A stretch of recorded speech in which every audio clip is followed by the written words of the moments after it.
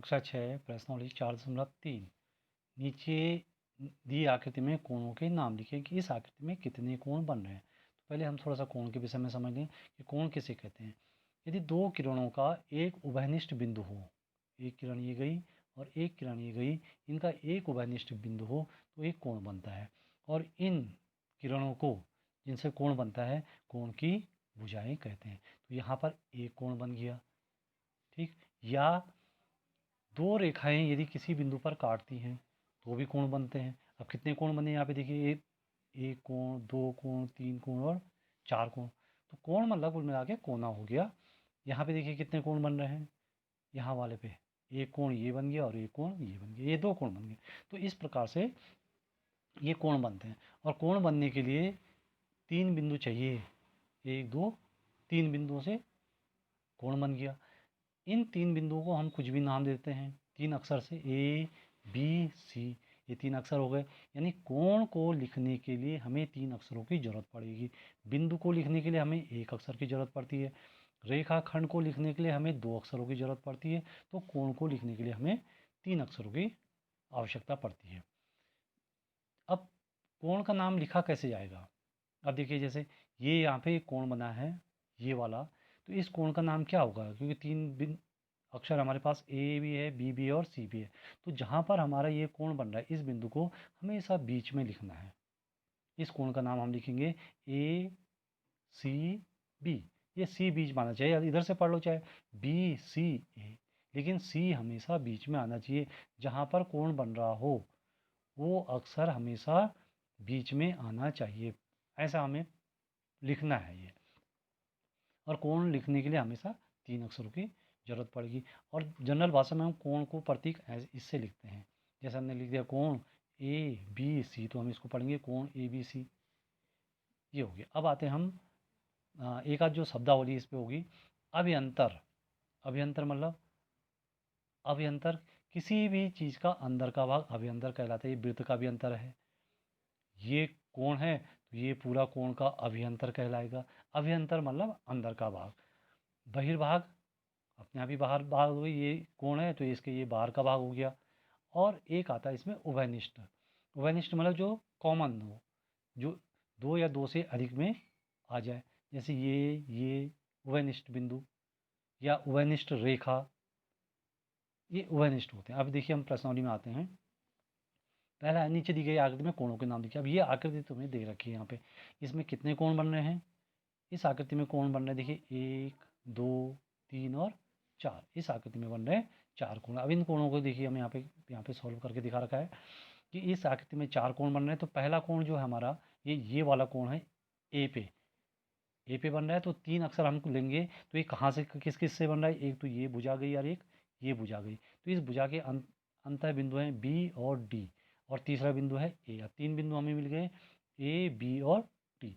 लेकिन कोण लिखने के लिए हमारा ए बीच में आना चाहिए, तो इसे क्या लिखोगे, बी ए डी लिखो, चाहे डी ए बी लिखो। तो ये पहला कोण हो गया।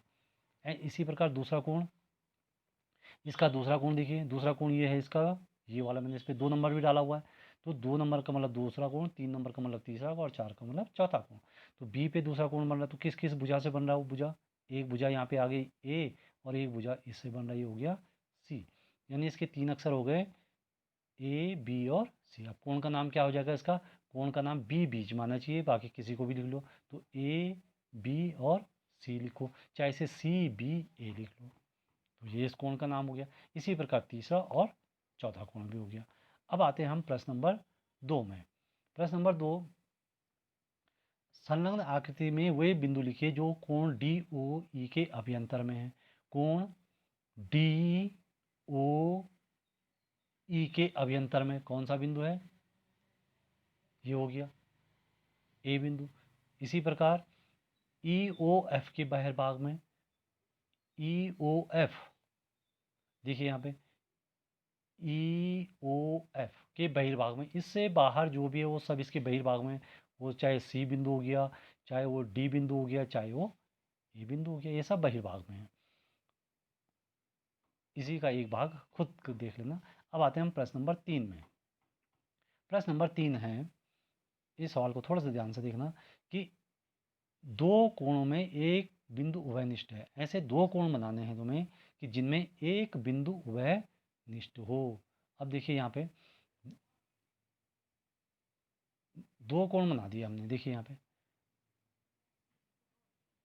वैसे तो कोण बहुत बन रहे हैं, लेकिन एक बिंदु उनमें उभयनिष्ठ होना चाहिए। तो एक कोण हो गया ए ओ सी, एक हो गया, और दूसरा हमने मान दिया डी ओ बी। कौन सा बिंदु उभयनिष्ठ हो गया? ये वाला। अब देखिए यहीं पे यदि हम कहेंगे कि यहाँ पे सी ओ डी भी आ रहा है, तो यहाँ पे क्या हो जाएगा इसमें? सी ओ डी। अब ये यदि हम ये दो कोण लेते हैं, ये वाला और ये वाला, तो इनमें कितने बिंदु वैनिष्ट होंगे? ए ओ सी और डी ओ सी, यानी इसमें दो बिंदु वैनिष्ट हो रहे हैं। लेकिन हमारे सवाल में कहा है केवल एक बिंदु वैनिष्ट हो, इसलिए हमें उसका चित्र इस ढंग से बनाना है। चाहे उस चित्र को आप इस ढंग से बना लीजिए, ए ओ बी और सी ओ डी, केवल एक ही बिंदु वैनिष्ट आना चाहिए, एक से ज़्यादा नहीं कहा है, इसलिए हमने ये वाला चित्र इस प्रकार से बनाया। अब देखिए दूसरा भाग इसका, दो कोणों में दो बिंदु उभयनिष्ठ हों। दो कोणों में दो बिंदु उभयनिष्ठ हों, तो इसके लिए तो सीधे सीधे हो गया, ये हो गया। अब इसमें दो बिंदु उभयनिष्ठ हो, ए ओ सी, एक कोण हो गया, और दूसरा कोण हो गया बी ओ सी। अब ओ सी दोनों में दो बार आ रहा है, यानी ये उभयनिष्ठ हो गया, दो बिंदु उभयनिष्ठ हो गए, ओ और सी। इसी प्रकार आगे देखिए, अब वो बोल रहा है तीन उभयनिष्ठ बिंदु हों। अब तीन उभयनिष्ठ बिंदु हो गए, हमने वही एक कोण ले लिया, ये वाला। तो एक यहाँ ए, ये पी ओ, यहाँ पे देखिए पहला है पी ओ आर, ये वाला है पी ओ आर। इसमें हमने बीच में रेखा खींची ओ क्यू, तो दो कोण बन गए हमारा, एक कोण ये और एक कोण ये वाला। तो इसमें उभयनिष्ठ बिंदु कितने हो रहे हैं? पहला वाला कोण देखिए पी ओ क्यू, तो ओ भी आया और क्यू भी आया। इसमें देखिए फिर आर ओ क्यू, यानी ये दो बिंदु उभयनिष्ठ हो गए। तो इस ये उभयनिष्ठ रेखा है, इस रेखा पे हमें जितने बिंदु चाहिए उतने बिंदु लगा लीजिए, उतना उभयनिष्ठ हो जाएगा। तीन बिंदु चाहिए तो यहाँ पे एक ऐसे लगा दिया। यदि उसने बोल दिया कि चार बिंदु लीजिए, तो यहाँ पे एक और पॉइंट एम ले लो। यदि उसने बोल दिया पांच बिंदु, तो इस पे एन ले लो, क्योंकि ये उभयनिष्ठ रेखा है दोनों की। इसमें जितने बिंदु लगाओगे, जितने चाहिए उतने बिंदु लगा लो। तो ये हो गए इसका अंतिम वाला प्रश्न।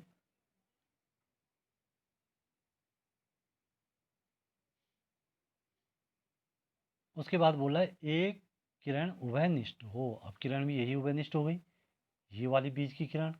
किरण क्या होती है? जिसका एक बिंदु निश्चित होता है, ये किरण है। तो ये उभयनिष्ठ किरण हो गई ओ आर। ये प्रश्नावली खत्म हो गई।